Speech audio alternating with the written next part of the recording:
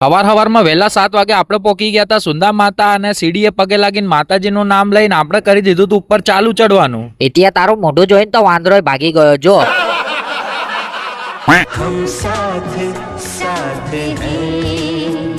પછી ભાઈબંધ આપણે પહોંચી ગયા હતા સુંદા માતાના ફેમસ વોટરફોલ પાસે. એક કામ કર મારા ભાઈ, ત્યાં ઝરણામાં નાઈ લે. તું હવારનો નાયો નહીં હોય ને? ના ભાઈ ના, હવારમાં મારે નહીં નાવું હો. શિયાળામાં મને બહુ ઠંડી લાગે. મારા મોટા બાપાની મોટી સોડી એટલે ઉંમરમાં મોટી નહીં હો, શરીરમાં મોટી સોડી તો તરત અત્યારથી જ થાકી ગઈ હતી. કઈ ખાઈને જાડિયા થઈ ગયા છો એટલે ચેથી ચડી શકો. તો ભાઈબંધ મેં તને કીધું હતું ને કે મારા ઘણા બધા ફોલોવર છે. જો આ બધા છોકરા મને મળવા આવ્યા છે. વાહ મારા ભાઈ, ત્યાં તું તો સેલિબ્રિટી બની ગયો લાગે છે. ના ભાઈ ના, આપણે સેલિબ્રિટી નથી બન્યા. હજુ તમારો ઘણો પ્રેમ જોઈએ છે, તારે સેલિબ્રિટી બનશું. અરે તારા મોટા બાપાની મોટી સોડી એટલે શરીર મોટી થી એ તો જરાય હેડી નહીં એકતી જો.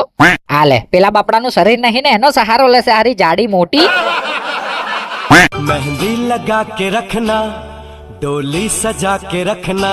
પછી મારા ભાઈ હેડતા આપણે આવી જઈએ છે ઘણા ઉપર ને આપણે ઉપર આવીને પહોંચી જઈએ છે આપણી ઠાકોર સમાજની ધર્મશાળાએ. એથી હવે તો દિવાળી ગઈ હો, હવે તો તને રૂમ મળી જશે. રોકાવાનું છે કે નહીં તારે? ના ના મારા ભાઈ, આજે નહીં રોકાવાનું, દર્શન કરીને તરત રિટર્ન થવાનું છે. હારું મારા ભાઈ, ભલે રોકાતો ના પણ આ ધર્મશાળાની અંદર રોટલા ખાઈને જજે. ठीक है समझ गया. તો પછી ભાઈબંધ આપણે આવી ગયા હતા મંદિરે ને હેડવા માંડ્યા હતા દર્શન કરવા બાજુ. ઓહો ઇતિયા મારા ભાઈ, આટલા બધા ફોલોવર તને મળવા આયા છે? અરે ના ભાઈ ના, ફોલોવર નહીં, આ તો બધા સ્કૂલના છોકરાઓ છે. તો આપણે નીચે હોશિયારી શું લેવા કરતા હતા કે મારા ફોલોવર છે, મારા ફોલોવર છે.